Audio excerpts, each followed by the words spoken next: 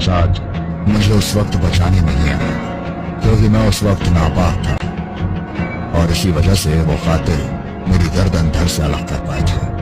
मैं तड़प रहा था और खुदा की रहमत थी, मेरा सर जमीन पर गिरते वक्त पानी मेरे मुंह पर जा गिरा था, जिससे मेरा सिर पाक हो गया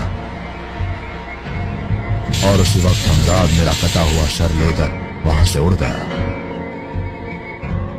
हमजाद, ये सब कैसे हो गया?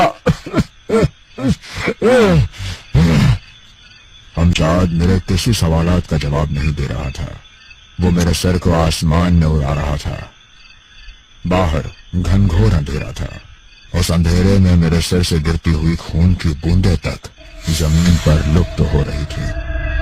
हमजाद मेरे सर को शहर से दूर एक पुराने खंडहर में ले गया। ये सब क्या हो गया हमजाद? मेरा जिस्म कहाँ गया? मालिक, मैं आपका जिस्म लतीफ हूं, इसलिए मेरा भी जिस्म आपके जिस्म के साथ गायब हो गया। मेरी कुव्वतें भी कम हो गई है। उन लोगों ने आपके जिस्म के टुकड़े टुकड़े कर दिए हैं और अब वो हमारे किसी काम का नहीं। तो क्या अब मैं ऐसे ही सर कटा बनकर रह जाऊंगा?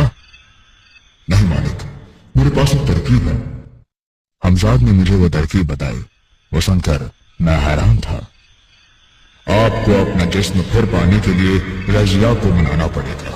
अब वही है जो आपके और मेरे मुस्तकबिल को संवार सकती है। पर क्या वो मेरा ऐसा सरकटा रूप देखकर मेरी बात मानेगी? आका, आप तो फरेब के मालिक हैं। मुझे यकीन है कि आप कुछ ना कुछ सोच ही लोगे। अभी थोड़ा आराम कर लीजिए। यहाँ इस खंडर में हमें कोई परेशान नहीं करेगा। कल रात ही मैं आपको रजिया के कमरे में उड़ा ले जाऊंगा। अब यही मुनासिब है। अगली रात लगभग 12 बजे थे और हमजाद मेरे कटे हुए सर को उड़ा कर ले गया। मैं रजिया के कमरे में था। रजिया, उठो रजिया। मेरा कटा हुआ सर देखकर रजिया के मुंह से चीख निकलनी